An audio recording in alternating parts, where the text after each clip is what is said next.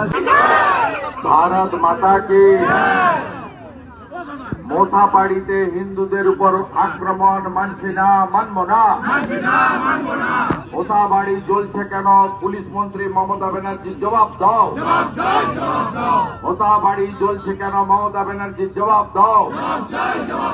হিন্দু যদি বাঁচতে চাও, বিবেক ভুলে এখন হিন্দু যদি বাঁচতে চাও, হিন্দু যদি বাঁচতে চাও, হিন্দু যদি বাঁচতে চাও, হিন্দু যদি বাঁচতে চাও, বিজেপি জিন্দাবাদ।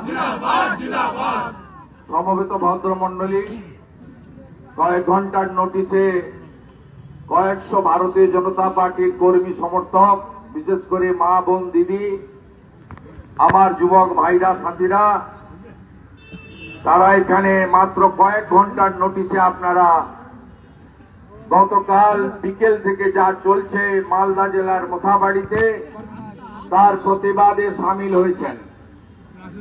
আমি আপনাদের সকলকে বিশ্বের সর্ববৃহৎ রাজনৈতিক দল ভারতীয় জনতা পার্টির পক্ষ থেকে আয়োজক জেলা উত্তর কলকাতা এবং তার নবনির্বাচিত পার্টির সভাপতি ভাই তমগ্ন ঘোষ সহ আমাদের উত্তর কলকাতার পুরো পার্টি টিমকে, মোর্চাকে আমি আন্তরিক কৃতজ্ঞতা জানাই। আপনারা জানেন যে পশ্চিম বাংলায় বিভিন্নভাবে হিন্দুদের উপরে, আমাদের ধর্মাচরণের উপরে, আমাদের আস্থার উপরে, আমাদের দেবদেবী মন্দিরের উপরে বারে বারে আক্রমণ হচ্ছে।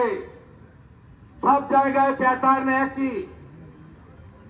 আমি এখান থেকে এই রাজ্যের সরকারকে বলি, যে সরকার লন্ডনে গিয়ে লন্ডভন্ড করে দিয়েছে, তাদের কাছে বলি যে অন্য সম্প্রদায়ের যদি আস্থাতে আঘাত হয়, তারা যদি কোনোভাবে মনে করেন যে তারা অসুবিধা মনে করছেন, তাদের থানায় যাওয়া উচিত।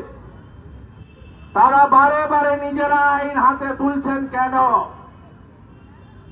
আইন হাতে তুলছেন এই কারণে, কারণ তারা প্রকাশ্যে বলেন এ সরকার আমাদের সরকার, এই সরকারটাকে আমরা রেখেছি, তাই আমরা যা খুশি করব।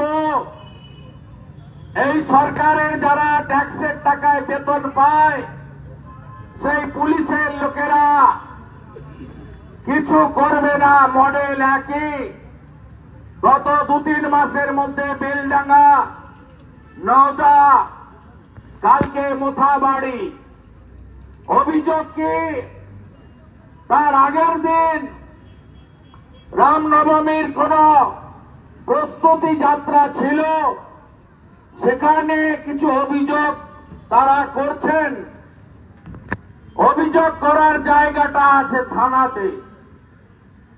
আপনারা কালকে মাইকিং করে ধর্মীয় পতাকা নিয়ে মোথাবাড়ি বাজারে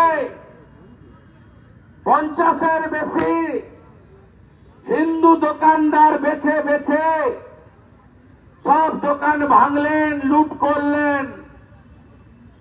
যথারীতি পুলিশ যখন ঘটছে, পুলিশ ছিল না, অথচ আপনি অবাক হয়ে যাবেন, ঘোষণা দিয়ে এসেছে, ফেসবুক লাইভ করে এসেছে যে আমরা কালকে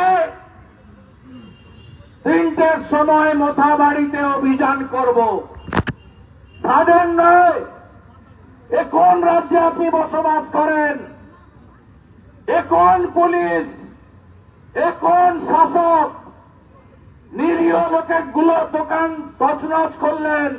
বলছে তাণ্ডবকারীরা, বলছে এরা গুলি করতে পারবে না, কারণ তারা জানে আইনের শাসন নেই, মমতার সরকার আছে, তোষণের সরকার, ভোট ব্যাংকের রাজনীতির সরকার।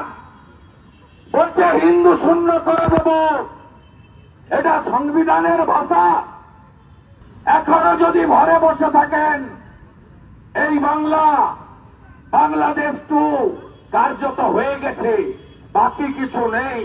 এর জন্য দায়ী তৃণমূল কংগ্রেস এবং প্রধান দায়ী মমতা ব্যানার্জি, যার জন্য এ জিনিস হয়েছে।